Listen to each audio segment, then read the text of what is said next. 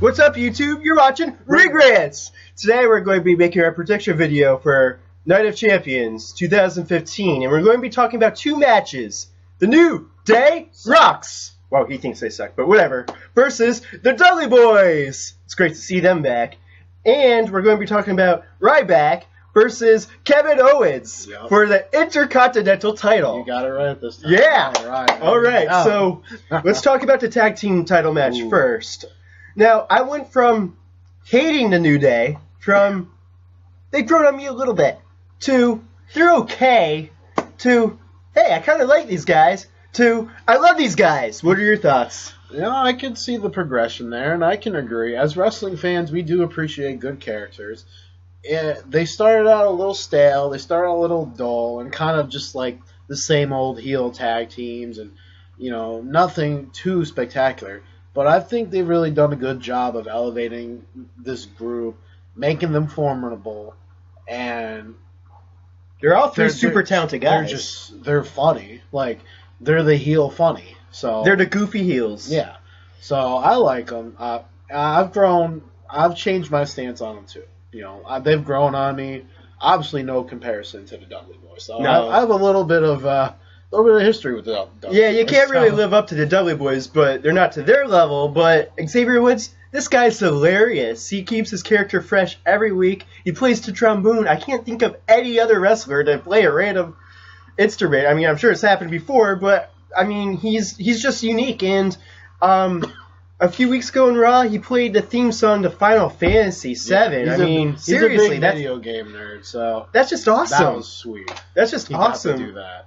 So this match is on paper really good, and I think when it happens, it'll be really good too. You have the Dudleys, even though they're older, they're still moving really good. They came back and they're brought in to make the division stronger. And the best way to do that is bring in such a legendary team in the Dudleys and go up against a team that WWE really wants to elevate, really wants to be, the main tag team that you think of when you think of tag team wrestling in WWE currently. That's New Day. Like, there's some really good other teams out there for sure. And I mean, I think if Tyson Kidd didn't get hurt, I think it would have been Cesaro and Kidd. Most likely. Versus the Dudleys. I think that match would have been just amazing. But right now, New Day is pretty much the hot tag team. You got to go with them. So even though I still think they cut the Primetime Players title reign a little short. They did. But who knows? They could get it back. Yeah. There's nothing wrong with being two-time champions. So yeah, I'm just glad they had it.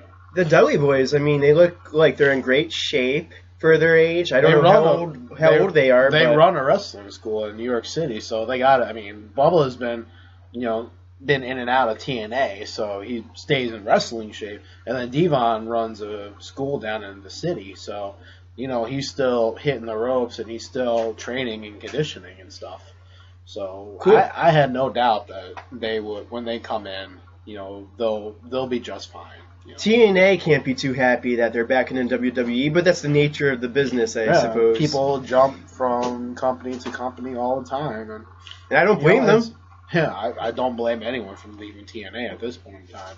There's even rumors about Jeff Hardy and Matt Hardy. Wow, how epic would that be? That would be great. I'm the biggest Hardy and Jeff Hardy fan of all time, so I would line up for that, and it would just be amazing. The dream match for me would be Jeff Hardy and Daniel Bryan. Oh, wow. Done. Got goosebumps thinking about it. I can't even right now, but anyways. That would be epic. So, yeah, I knew that there was a chance for the Dudley Boyz to come back just because at the Royal Rumble, you had half of the team.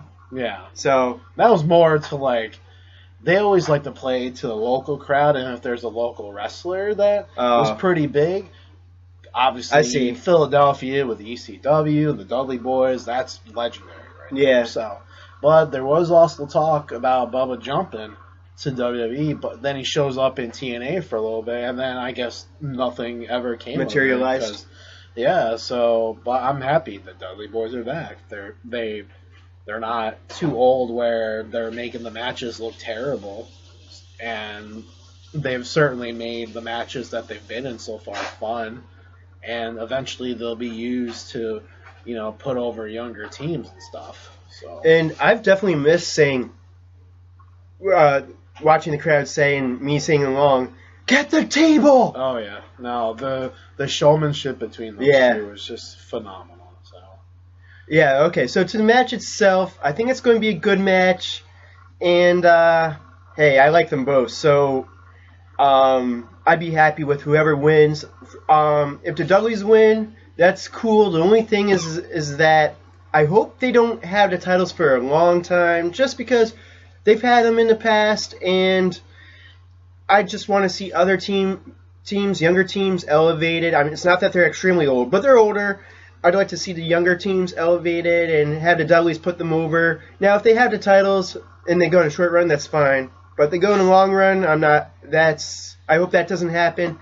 And then, like I said, I love the New Day. The New Day's awesome. They're hilarious, and they're very talented. So I'm cool with either team winning, but I'm going to go with New Day. I think I'm a little bit more accepting of if the Dudleys go on a significant run with it. Not so much. They shouldn't hold it for like what Seth Rollins is doing with it. Title.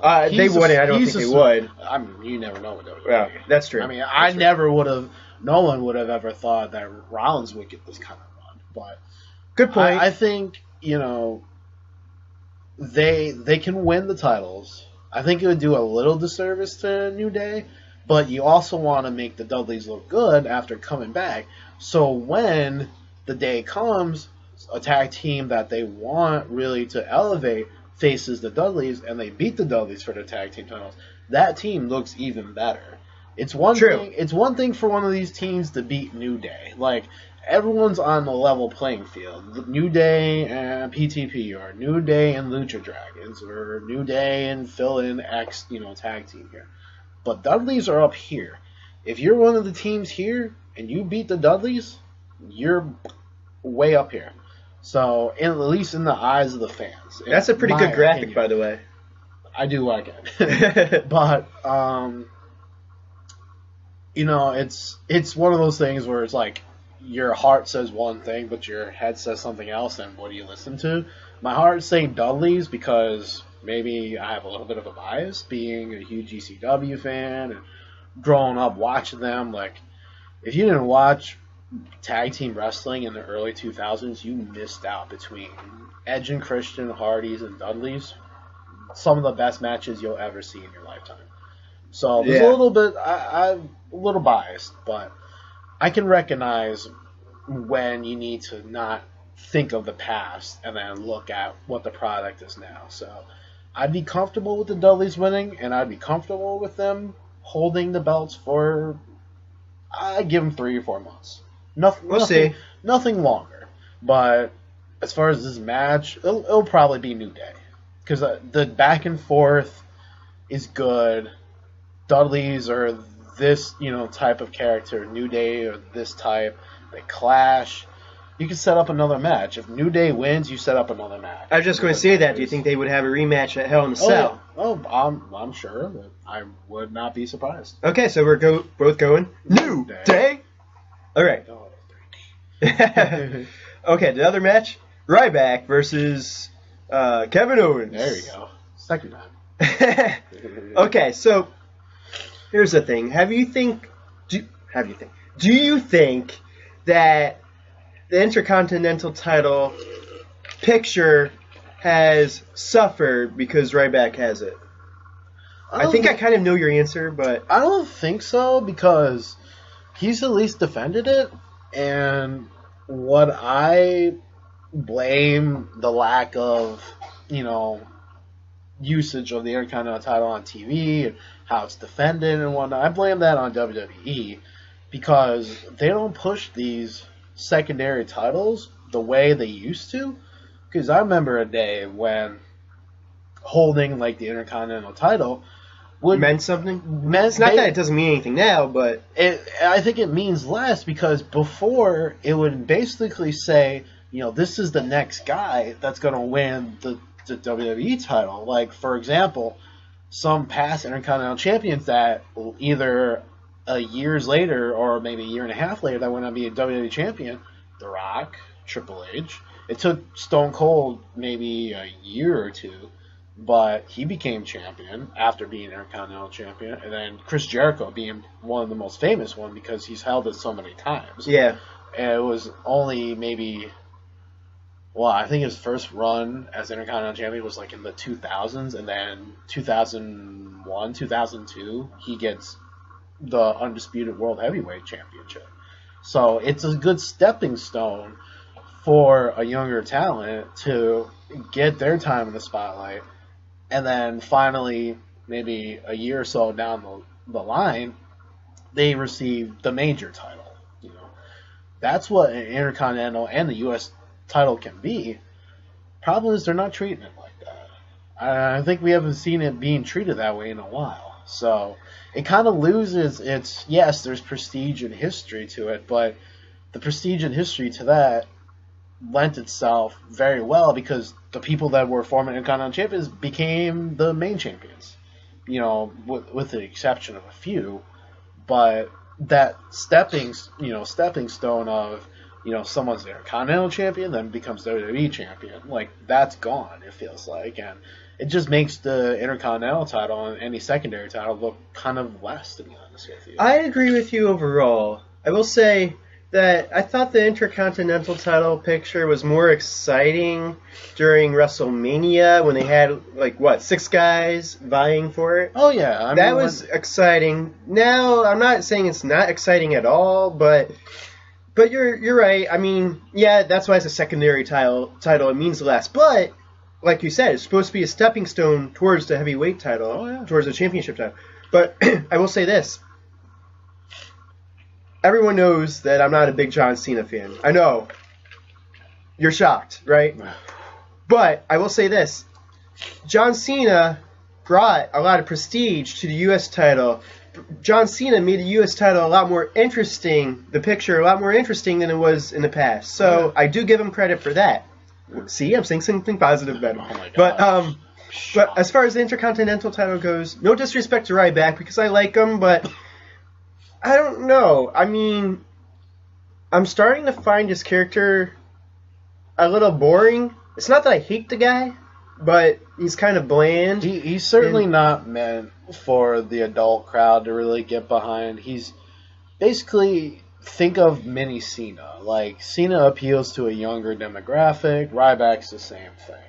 Now, yes and no, but maybe to a smaller degree. To a smaller degree, but they're essentially just top baby faces that the company wants to push. I mean, Cena doing all the things he does, we don't even need to discuss what he does and what he brings to the product. Ryback appeals to those kids because he's a big guy. He talks, I don't want to say at their level because that'll make him sound like he talks like a kid. Yeah. But he talks in a way that they understand. I mean, he looks like a superhero. He's big, he's jacked up, and he takes on big bad guys. That's a good point. That kind of character appeals to that kind of demographic. So that's why you see more little kids with, you know, Feed Me More shirts and signs versus adults like us. Good point. But you don't really get the Ryback sucks chance, like John Cena sucks chance. Well, I'm sure some people say that, different but topic. That's for another video. But all right, so yeah, I get what you're saying though. Yeah. I don't know. I like them both. It would be kind of cool to see Owens win the title. I think if you want to bring prestige or something, make that title special, I think you give it to Owens. Just because he's a newer face, he can get under the crowd's skin like nobody else. And he matches up so well with a lot of different wrestlers. He does. He's fast, so he can keep up with the quicker guys, but he's also a big power man. So if you put him in a match like with Ryback, you don't have to worry about, you know, Owens getting outrun or being looking slow versus a quicker wrestler, or being outpowered because he can power out the person as well. So it's going to be a good even match of styles, besides Owens being that much quicker, I think. Owens is really quick for a big guy. Yeah, and he's wrestled, I mean, throughout his indie years, you know, he wrestled all different, you know, sizes and styles of wrestlers. So to him, wrestling Ryback is, won't be anything. He's done it before. But as far as if Owens wins the Intercontinental title, I think that gives it a nice, boost. It's going to be, the first time that a big-time NXT wrestler comes in and wins a major title. I know. No, Bo didn't win anything. I can't think of an NXT wrestler besides Seth Rollins. He won major titles after he came in from NXT. But besides Seth Rollins, Kevin Owens could be the first one to really claim some kind of major championship win. I mean, he already has a pin on Cena. That's more than most NXT guys can say. So this makes the product of NXT look good, and it makes, Kevin Owens look really good too. So it's a win-win if they have Kevin Owens win. That's a really good point. Like I said, I'd be cool with either guy winning, but I think it would be a lot more interesting if they had Owens winning and more exciting. It would just be awesome because he hasn't had a title since the NXT title, so it would be cool to see him have the title. Yeah, give him his first, WWE championship title, not the main title. Yeah, give him a belt of something. But all that being said, I think Ryback is going to retain. I don't think the WWE is just going to pull the trigger just yet for Owens, even though, in my opinion, I think this guy is ready. He's ready for a title run. I think it's certainly and he deserves a shot. He deserves to have it. I just think that at the end of the night, Ryback's going to win. I mean, I think now's the time to pull the trigger on someone like Kevin Owens. Give him, a title. Free up Ryback to maybe feud with Seth Rollins if, he happens to retain. You can move one guy up and move the next guy up too. Just by doing that. I think if you have Ryback win, you're keeping Ryback where he's at, and then you're keeping Owens either at par or a little below, depending. Because he could use a win. He definitely needs a win. big time win, not one like on a pay-per-view against Cesaro, which I think Cesaro should have won that one. That was good. Just a clean pinfall win like that, but there's nothing on the line. This is another big match. He's already lost 2 big matches on a pay-per-view. He needs to redeem himself. So you're picking... I'm going to go with Owens. This is Owens' time. All right. Well, I can't wait for Night of Champions. Let us know your thoughts. Do you agree with us? Disagree with us? Like our Facebook page, Ring Rants. I'll be putting links below. Follow us on Twitter at Ring Rants. You get the point by now. And we really appreciate the support. Our fan base is growing, and keep up the good work. Give a thumbs up on our video. Share our videos. Tell your friends about us. Tell your enemies about us. Tell your frenemies, and so on and so forth. Well, anyways, any last thoughts? I'm really looking forward to that Ryback and Owens, just because I want to see WWE take that next step with Owens. Just say, here you go. Here's the championship. Let's see what you can do. All right. See ya.